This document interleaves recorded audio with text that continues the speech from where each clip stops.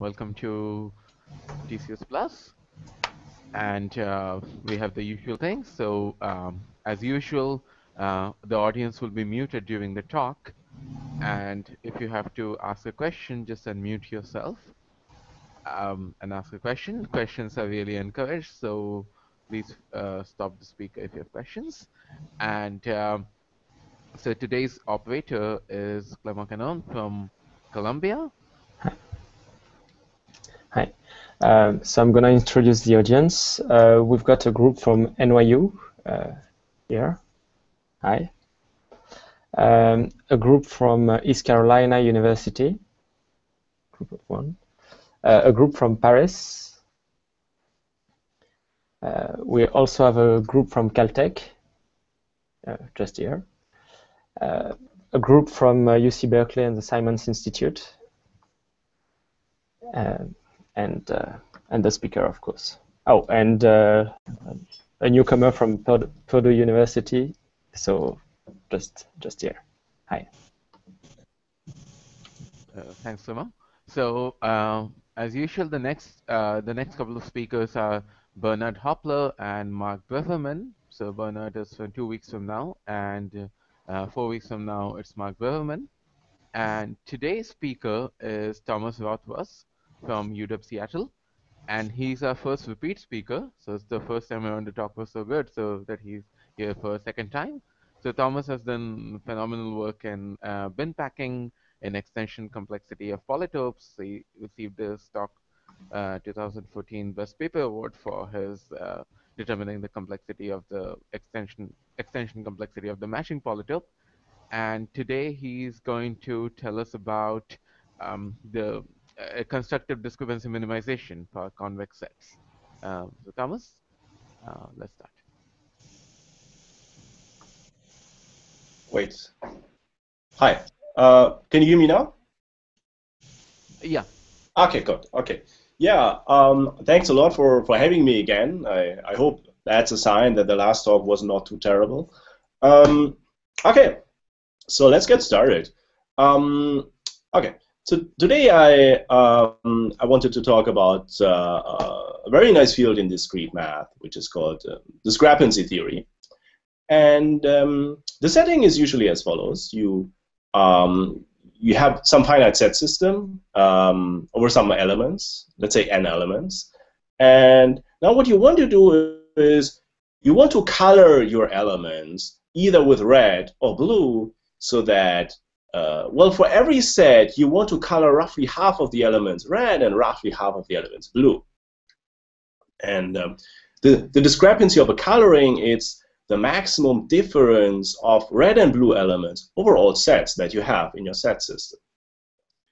And then the overall discrepancy of the set system, it's the discrepancy of the best coloring. Okay, there's some beautiful results. So, for example, Spencer showed in the middle of the 80s that if you have an arbitrary set over n elements, then you can always find a coloring so that for every of your n sets, the number of red and blue elements differ by about root n, 6 root n to be precise. Now, why is this a non-trivial result? Because if you just take a random coloring, then you would lose an extra root log n factor. So this actually beats the random coloring, and there's a significant amount of work that you need to do to do that. There's another very nice result, which is due to Beck and Fiala, and it actually came out a couple of years earlier, and it shows that if you have a set system where every set is in at most t, every element is in at most t sets, then you can actually find a coloring whose discrepancy only depends linearly on t, and it doesn't matter at all how large actually the set system is. So this only depends on what's called the frequency of the elements. If you look into the techniques that are used, then it's kind of the main method in this field of discrepancy theory. It's called the partial coloring method. And this is, for example, the method that you can use to prove Spencer's result. What is the idea? The idea is to to not go immediately after the whole thing. So you're not looking for a complete coloring of all your elements immediately. You look for a coloring that colors, let's say, half of your elements or a constant fraction of your elements. And you still want a good discrepancy there. You might now wonder, why should it be easier to color half of the elements? Why should that be significantly easier than coloring all of the elements immediately? We will see later that this is usually much easier. Okay, but let's first look into Spencer's result a little bit. So, for example, what Spencer shows is actually that you can color, let's say, half of the elements with a coloring so that the discrepancy is let's say root n. And okay, so you have half of the elements colored. You throw them away. You forget about them, and then you repeat and you color the remaining half of the instance. But now you have fewer elements, so the bound that you're actually getting is better than before. So let's say in the second iteration, the discrepancy that you get is, let's say, root of n half, and you repeat, and then in each iteration you have fewer elements. So actually the discrepancy bound that you can get is getting better and better. There's a slight technicality that actually the number of sets remains the same, so the number of sets grows if you compare it to the number of elements, but still overall you get some convergent sequence. So overall, you're not paying more than a discrepancy of root n. Okay. Is there any questions so far? I don't hear anything at all. So. Okay, good. Okay. Okay. So let me first give you like the geometric picture behind this partial coloring argument. So imagine that you look at the hypercube that represents all the 2 to the n many possible colorings. So if you look at this little picture, then for example, this point in the left upper corner, it represents the coloring -1 + 1. And so if you now imagine that you're in Spencer setting, you have n sets over n elements, then how does actually the set of colorings look like that have a discrepancy of at most some constant times root n, let's say 100 times root n? And actually, the set is if you imagine that you allow let's say fractional points, then actually what you want a vector x, so that, well, if you sum over, well, for every set, you sum over the elements in that set, then in absolute value, what you get should be at most 100 root n. And okay, what you actually want is you actually want a ±1 point in this set. But this set, your target set is actually, it's a convex set, it's a symmetric set, with only 2n, defined by only 2n many inequalities. Okay. And well, so essentially the question boils down to that you have this convex symmetric set, and what you want is a ±1 point in it. Okay. And well, if we're happy with the partial coloring, then we would actually be happy with a point that has -1, +1 coordinates, or 0 coordinates, but you want only, let's say, half of the coordinates being 0. So you're looking for such a point. And now you can make the following observation, that, well, your convex set, it's a very nice convex set in the sense that it's the intersection of n strips that all have width 100. Okay, so you could now wonder, what is like the volume, or what is the Gaussian measure of this set? And it turns out that the Gaussian measure of such a set, that is the intersection of n strips, this Gaussian measure cannot be too small. And in fact, one can argue that the Gaussian measure is at least the product of the measures of all those strips. Okay, This is an inequality that I'll explain a little more in a bit more detail in the next slide. But let's take this as granted. Okay. Now, if you have one strip, then it's an easy calculation. What is actually the Gaussian measure of that one strip? Because it's essentially it's a one-dimensional. It's just like a one-dimensional Gaussian. It's just the probability that a one-dimensional Gaussian is between -100 and +100.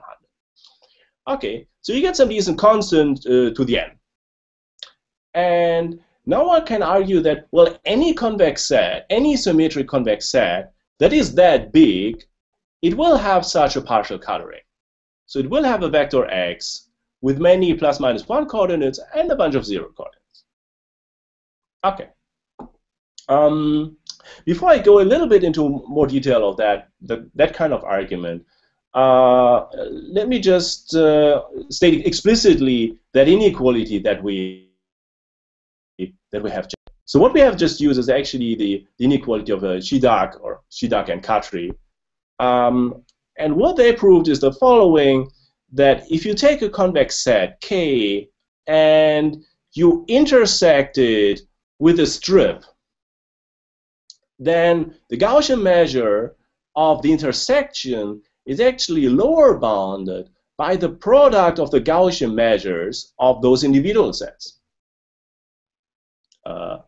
Very useful if you, well, obviously, if you do have an intersection of strips, then this gives you an easy way to lower bound the Gaussian measure. So I have a question. So you're going to Gaussian measure because computing the Lebesgue measure is hard? Is that the reason you're talking about Gaussian measures? I'm talking about the Gaussian measure because the Lebesgue measure does not seem to be very useful. There is a similar theorem that actually I have on a later slide where you use the Lebesgue measure. So I plan to discuss this a little bit later. Thanks. Okay, thanks.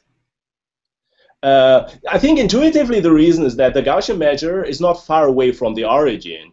So if you care about ±1 points, that kind of is the right measure. Because like the Lebesgue measure, you can have like most of the measure can be extremely far away from all your ±1 points. Okay, good. Okay, so since I have a little bit of time, let me try to outline the argument by Spencer and later in a similar form by Glaskin and even later by Giannopoulos, which says that any set that's kind of large enough in terms of the Gaussian measure, it must have a good partial coloring. It must have a partial coloring vector in it. And in terms of the exposition, I'm actually following the paper of Giannopoulos, which is pretty readable. Okay. Good. So let's say I have a convex symmetric set, and let's say the Gaussian measure is not too small. Well, it can be exponentially small, but not too small. Let's say e to the minus small constant times n. And we can look at a general case that I have a bunch of vectors v1 to vn. Let's say they're all not too long. And now what I actually want to have is I want to put signs in front of the vectors so that the sum ends up again in K. So this is usually called a vector balancing problem. Okay, and we're kind of happy if well, for some of the vectors, the sign that I can put in front will be a 0. But at least half of them, they will get a plus or minus 1. Or a constant fraction will get a plus or minus 1. Okay. So this is a little bit more general than you actually need for Spencer setting. In Spencer setting, you take the like these vectors v1 to vn, they're just all orthogonal. But it doesn't harm to look at this case. Okay. So how can you prove this theorem? And it goes as follows. So first of all, it's not so difficult to calculate that if you take your signs at random, then you're probably not going to end up in K, but at least your point is not going to be too far away from the origin in terms of the length. Okay. Okay. So it actually means that it's not difficult to find exponentially many vectors, exponentially many sign vectors x, so that if you take the sum with respect to that sign vector, that actually the length of that vector that you get is not too long. And also I want that the sign vectors, their pairwise Hamming distances, let's say a constant fraction of the dimension.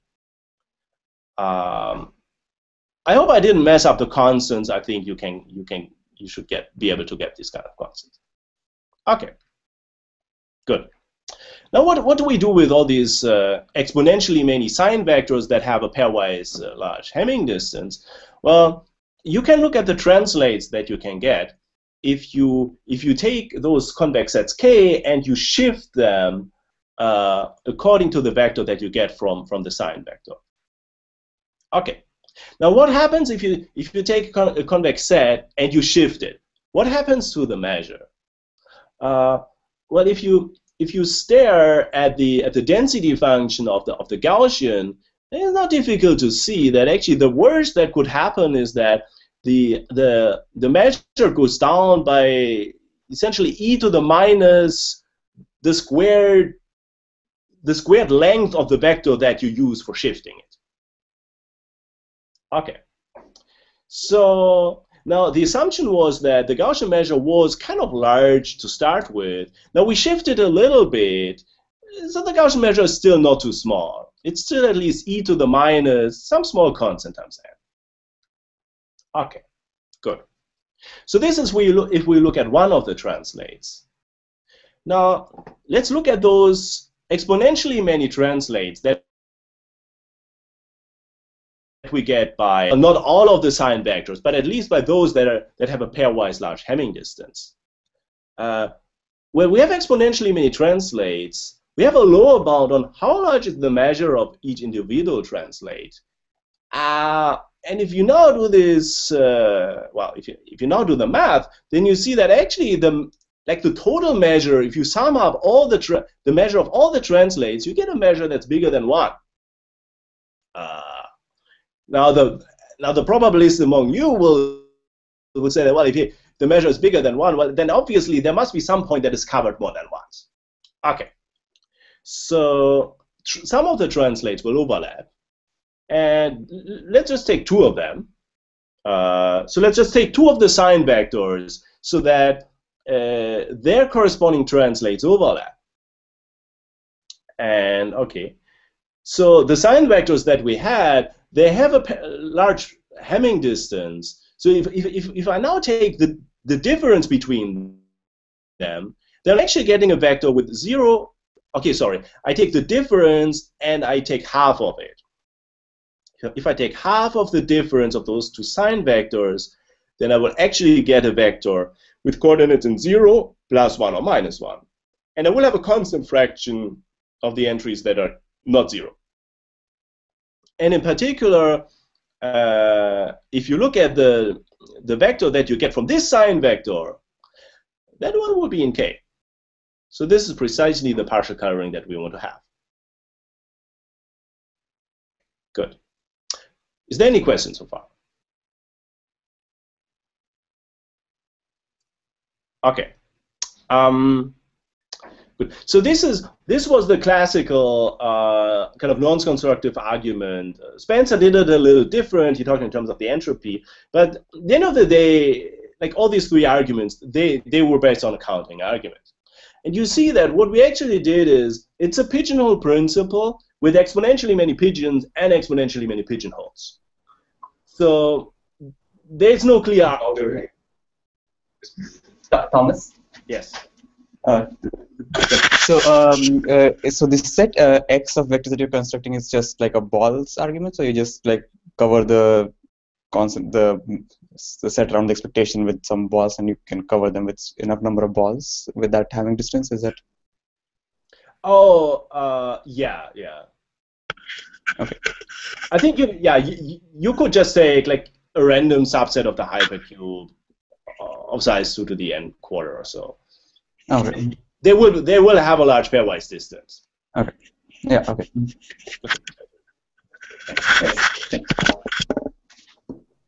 Okay, good. So let's compare a little bit these methods. So the method that I just showed you, it's a very general technique. Unfortunately, it is a non-constructive argument. So if you really want to have an algorithm for this, then you need to come up with a different idea. It actually took very long until just 4 years ago, until Nikhil Bansal had an amazing breakthrough, and he actually showed that there is a way to get the coloring that is guaranteed by Spencer's method, and essentially he uses a Brownian motion that is kind of guided by the solution to an SDP. It's a great result. It gives you in polynomial time the coloring. The disadvantage is that he had to choose the parameters very, very carefully. So it was very custom tailored to actually get the result from Spencer's setting. So it's kind of not so easy to apply it to other settings. Then 2 years later, there was a simpler and more elegant approach, also based on a Brownian motion, but without the SDP. And that approach is actually very general. It easily gives you Spencer's result without paying too much attention to parameters.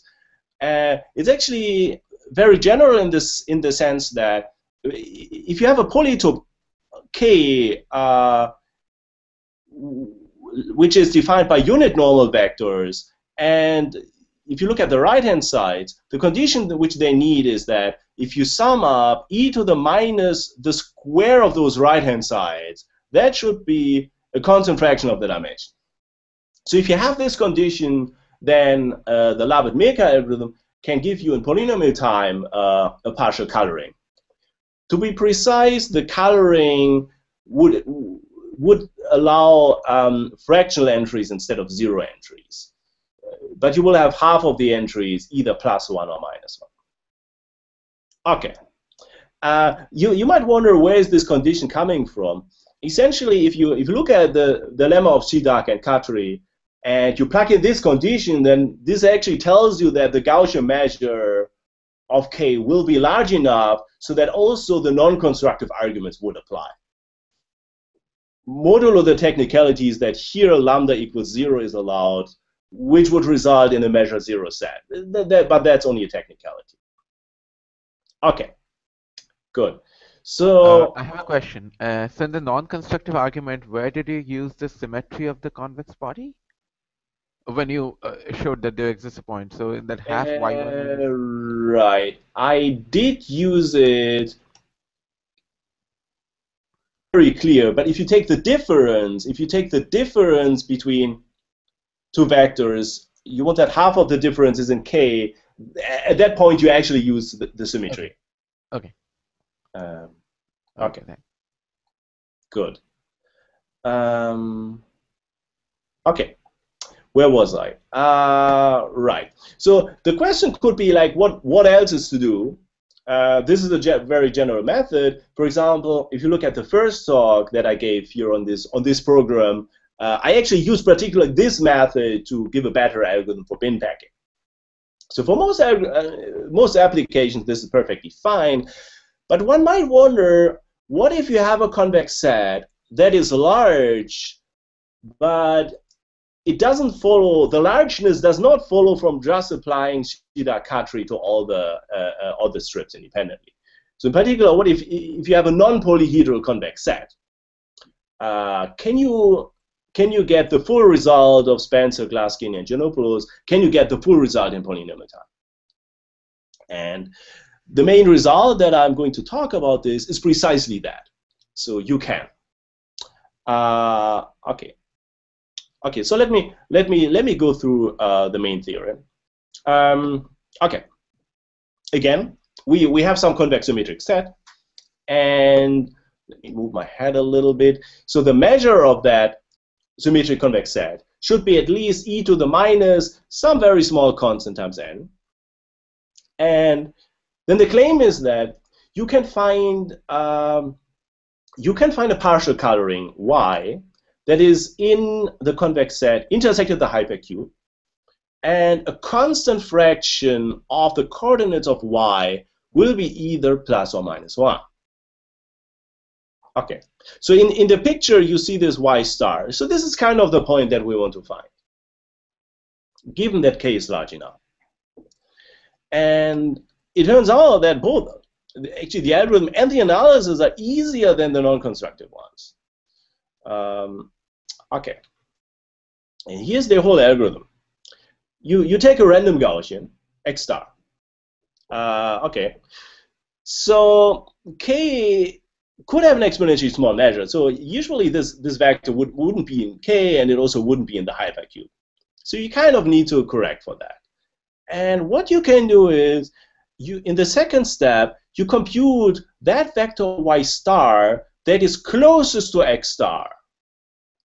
So you compute that vector y star that is in k and in the hypercube, and that is closest to x star, and that is your point.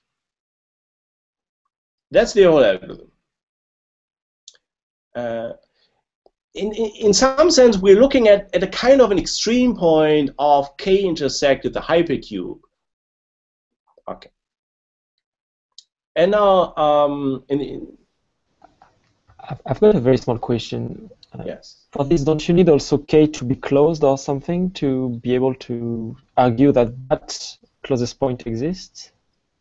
Okay. Let's say, yeah, let's say closed, closed and convex. Yes. Well, otherwise, I mean, if you have a non-closed set, you can, let's say, you blow it up a little bit, and then you cut it, so it's. We have some slack in the constant. So what I want to say is that if you have that problem, you could kind of absorb that in the constant anyway, and just make it closed. Okay, but yeah, okay, to have the closest point, you probably need it to be closed. Okay, good. Before we jump into the main part of the analysis, let me just remind you of one nice fact about Gaussian measure. This is like the crucial fact that we need. And this is called the isoparametric inequality. Okay. So what is essentially, what does the isoparametric inequality tell us for the Gaussian measure? So imagine you have any set k in whatever dimension. This is actually a dimension-free claim.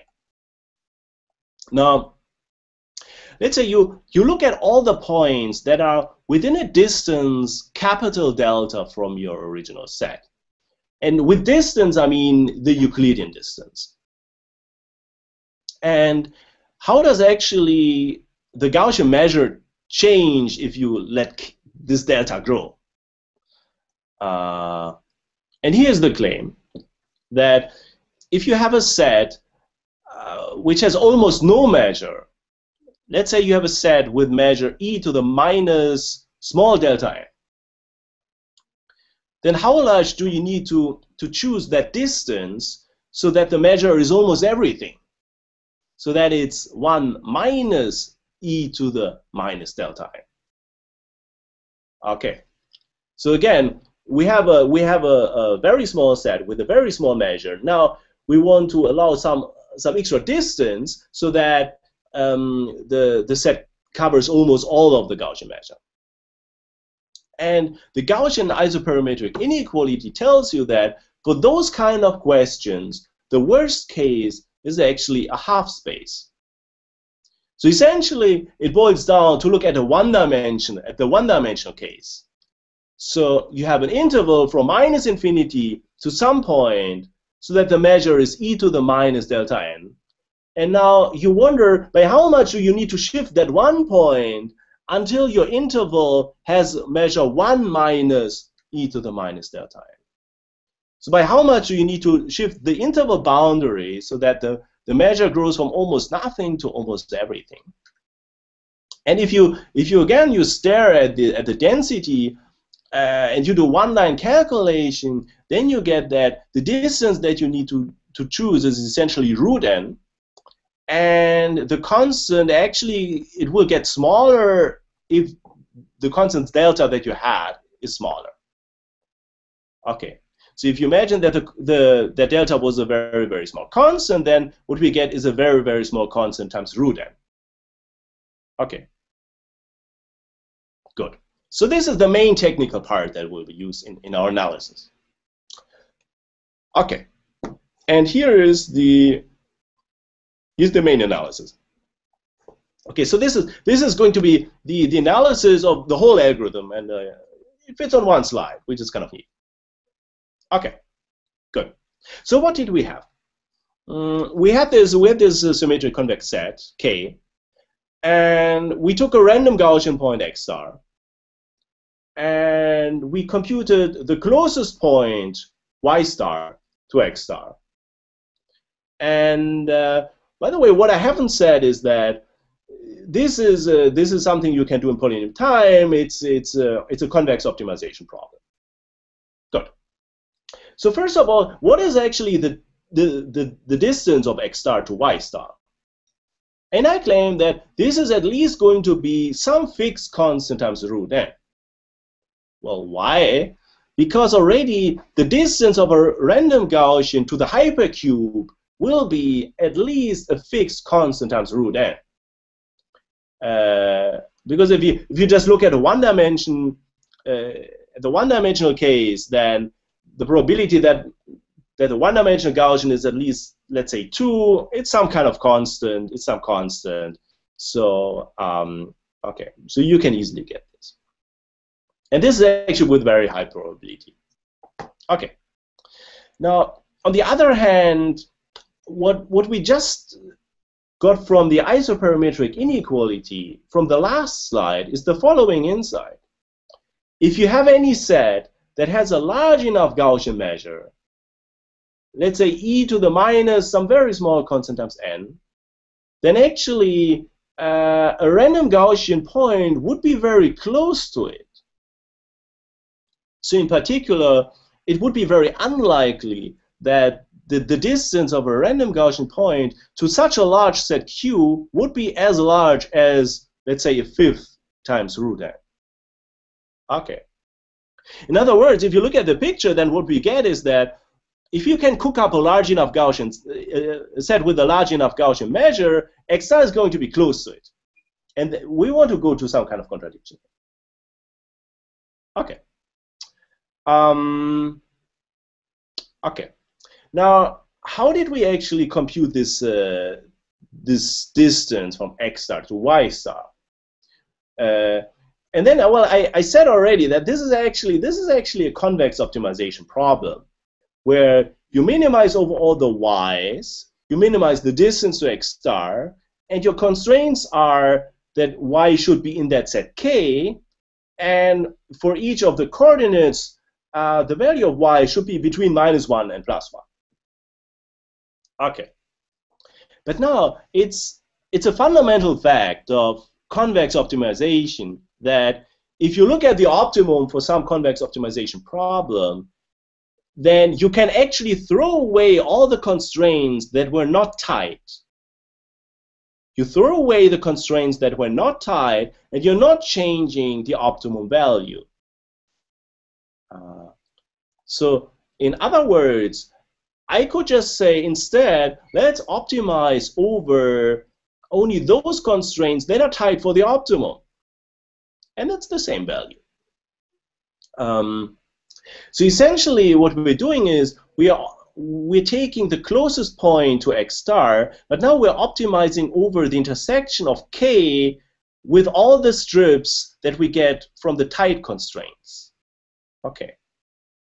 And now the claim is that this set is large. So we will get a contradiction if we're not having too many tight constraints. Okay. Let's make this more formal. Okay. Let's define I star as all the coordinates that were either plus or -1 for that vector y star which is the closest point to x star. Okay, and let's assume for the sake of contradiction that I star has only very few coordinates.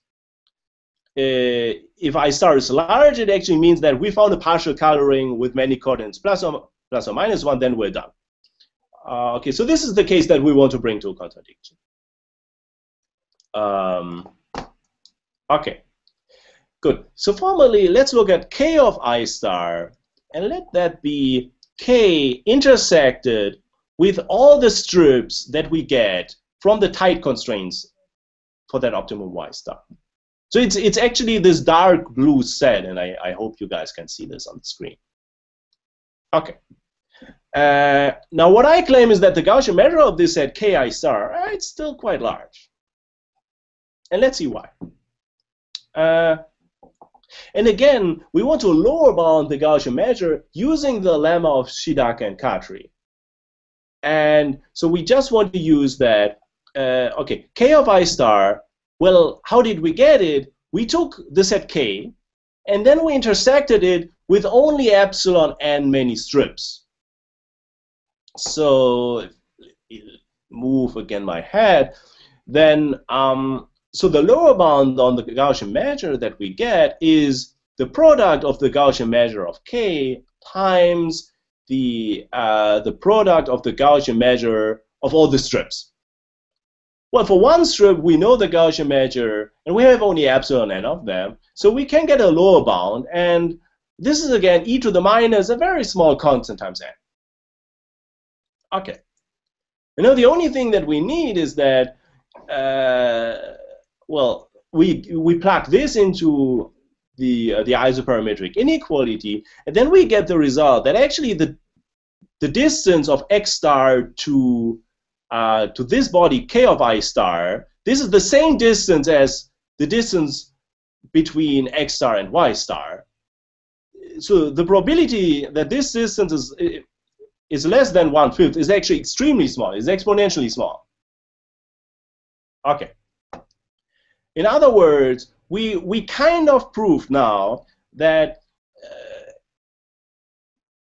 that actually I star has to be large. Well, actually, what we proved is that the probability that a random Gaussian is close to this K of I star, that is far away, this is very, very small. I have a question. Yes.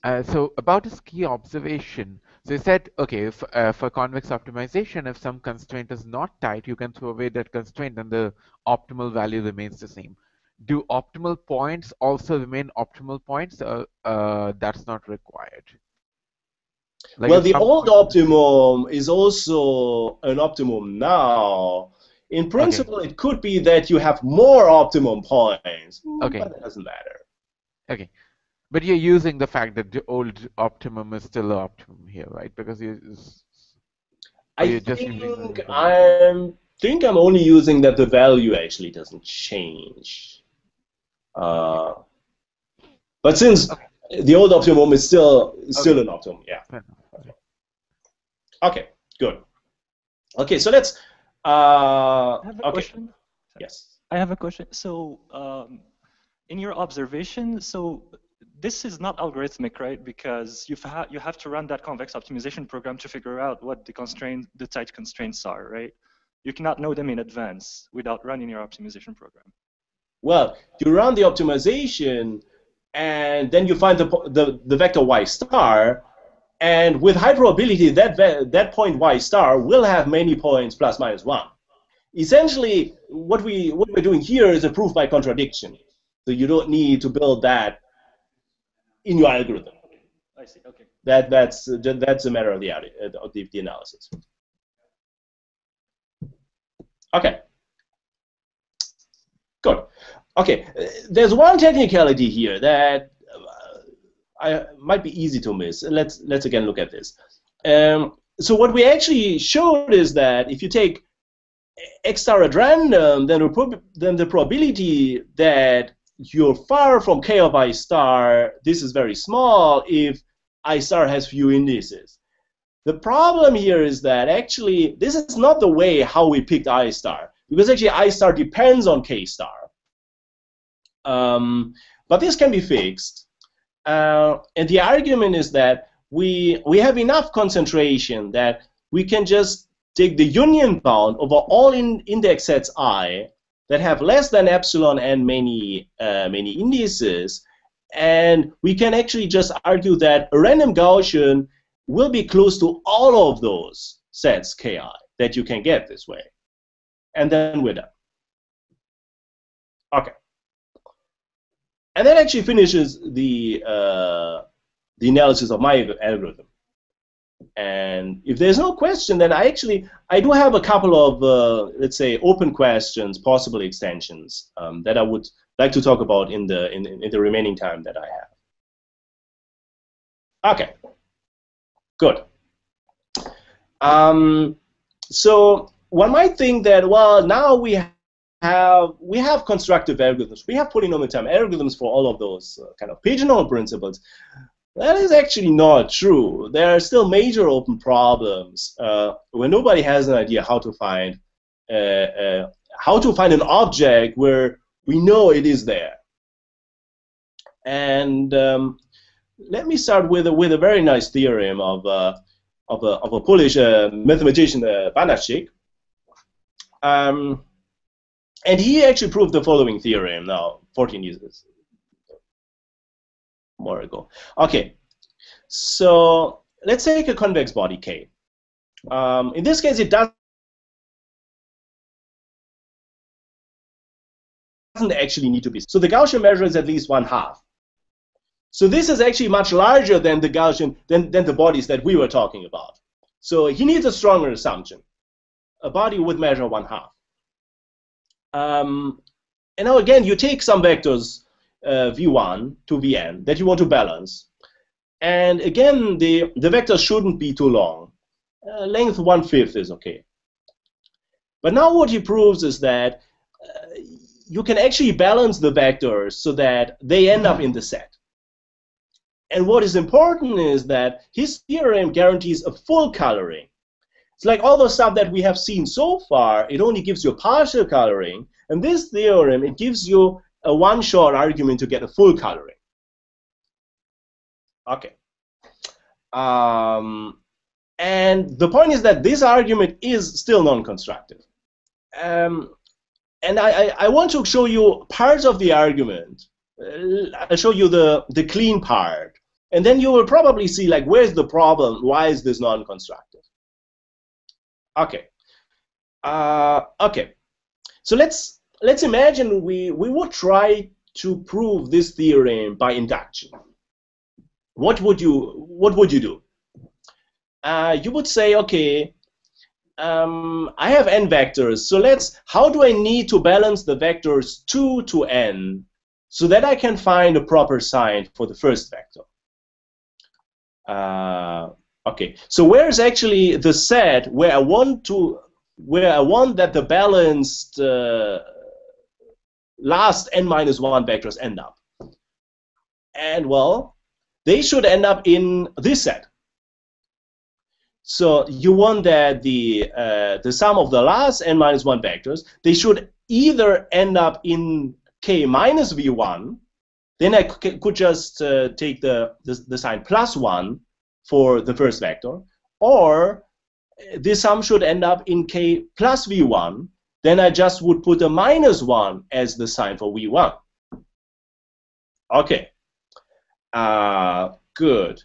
So now, if you want to prove this by induction, then your hypothesis should actually be the same. So you want a convex body in the next iteration as well. Otherwise, it's not going to work. But you see already from the picture that this set is not convex.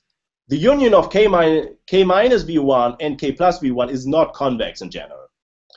So what you're doing is you try to extract a set from that union that is convex. Banachik actually has an explicit definition of that set. So the argument is that you imagine you're firing a ray through K, and if the segment in K that you have is at least twice the length of the vector v1, then you essentially take that point. And it's not hard to argue that this actually will then give you a convex set. The hard part that you need to do is you need to prove that the measure is still at least 1/2. which is completely not obvious, because what you do is you take your body, you shift it in some direction, which makes it bigger, but then you cut off some of the parts, which makes it smaller, so that that your gain balances the loss is absolutely non-trivial. Okay. And essentially, the interesting thing that's going on here is that you're reconstructing your convex body. And it's not so clear how you want to do that in a compact way so that it gives you a polynomial time algorithm. So at least at the moment, this seems to be a non-constructive argument. Okay. This is a very nice open problem, whether you can get any kind of other argument to get this result in a constructive way. Okay. If there's no question, then I would go on with actually the second open problem. Okay. Actually, let me ask a question. Yes. I mean, you gave a completely different proof for essentially, for example, Spencer's theorem, right? And I mean, one could try to attack this open problem with something just similar like you did, and I'm sure you tried something along these lines. I mean, like you take a random Gaussian and then you find kind of a point again in the intersection of K with this hypercube, and you hope that it's a point which you want. I mean, so does this, or why does this not work, I guess? I thought a bit about it. It wasn't clear to me how to do that. Yeah. Why did it not work? Hard to say. Okay. I can't answer now. Yeah. I think that there should be a different argument. Don't even think about an algorithm. Just give me a different argument to get Banachik's result. Okay. Good. Okay. So the second problem that I want to mention, it's the mother of all pigeonhole principles, and this is actually it's actually a way more famous theorem probably than Spencer's theorem. It's Minkowski's theorem, and one of you already asked, well, what actually happens if you have the Lebesgue measure and that one is large? And this is precisely the that case. So let's say you have a convex set K. Again, it should be symmetric. And now let's say that the Lebesgue volume is large, and the quantity you need is 2 to the n. Then again, by pigeonhole principle, you know that there will be some integral point in K, and that integral point will not be the origin. What is different to the arguments that we saw so far is that integral point can be extremely far away from the origin. So there's not going to be a plus minus 1 point. And if you do remember how you prove this theorem, it's actually very similar to the theorem of Spencer Giannopoulos that I sketched before. You take the body K, you put translates at every of the lattice points, and then you argue that, well, if you had such a large volume, then some of those translates must overlap. And then essentially you take the difference, and that difference will be in your set K. What is interesting is that the non-constructive techniques that are used to prove Minkowski's theorem and Spencer's theorem, they are very, very close to each other. But if you look at what is known algorithmically, the techniques are completely different. So we are using some kind of randomization, Brownian motion, to find the colorings, to find partial colorings, and the only kind of polynomial time algorithm that I'm aware of that gives you some kind of approximation for Minkowski's theorem is actually to use lattice basis reduction. So essentially, if I'm not wrong, then what you can get is you can find a point that is at least in a blown up version of K, and the blow up factor is very large. You need to blow up K by a factor of 2 to the n, essentially. Because this is essentially the approximation factor that you get from lattice basis reduction. So I'm not an expert in lattices and shortest vector and so on. I just find it interesting that at least so far the constructive techniques have been so different here.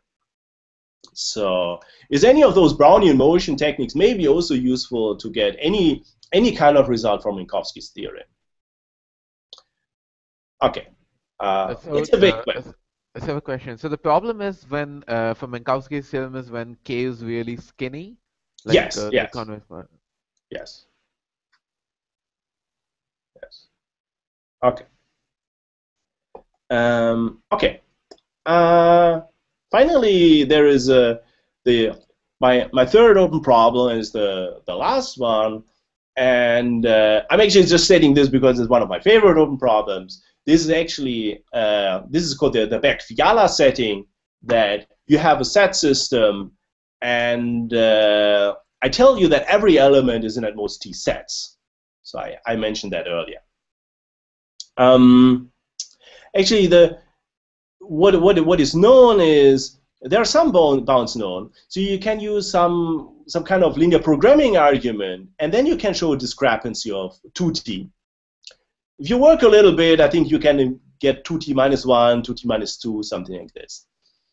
But nothing asymptotically better is known that just depends on t. That is a polynomial time algorithm.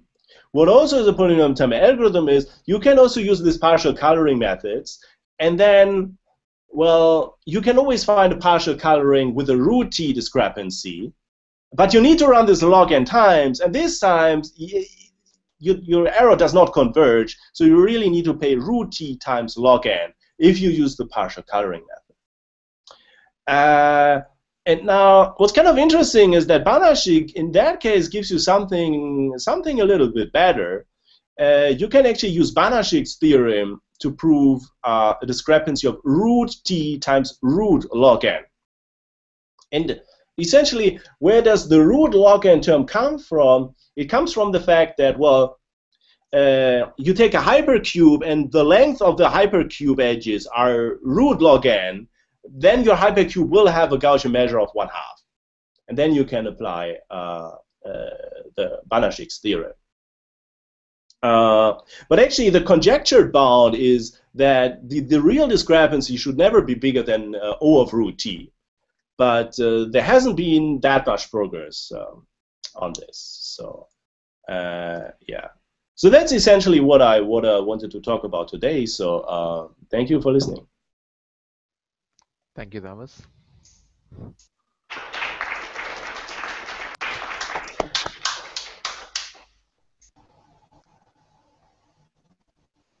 So we had 12 people who watched the live stream today on YouTube. And now, okay, so now we can open the floor for questions.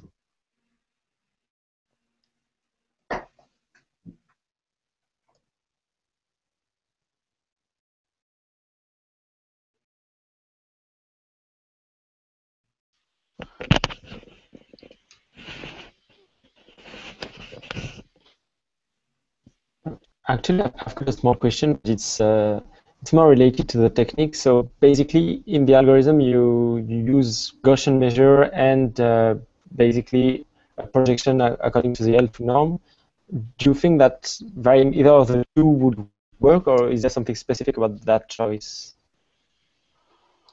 There's actually there's a recent paper by Mohit Singh and Ronan Eldar. What they prove is the following: that you can get the same result using the following algorithm. You take a random direction, and you just optimize a linear function to that direction. And wherever you end up, if you optimize over the intersection of k and the hypercube, that's a point that's a good partial coloring.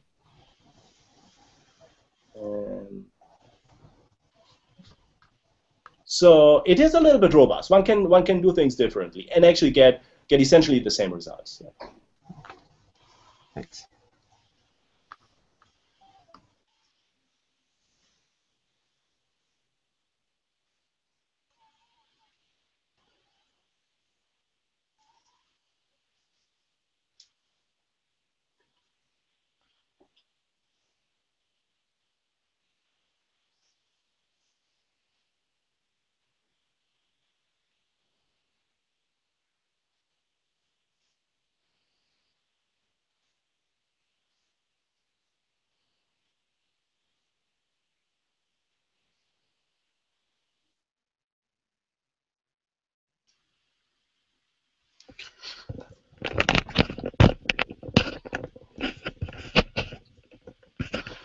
So can you hear me? Yes.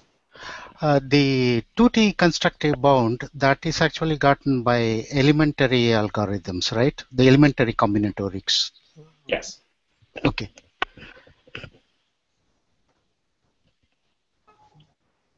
Okay, so I guess that was all for the questions.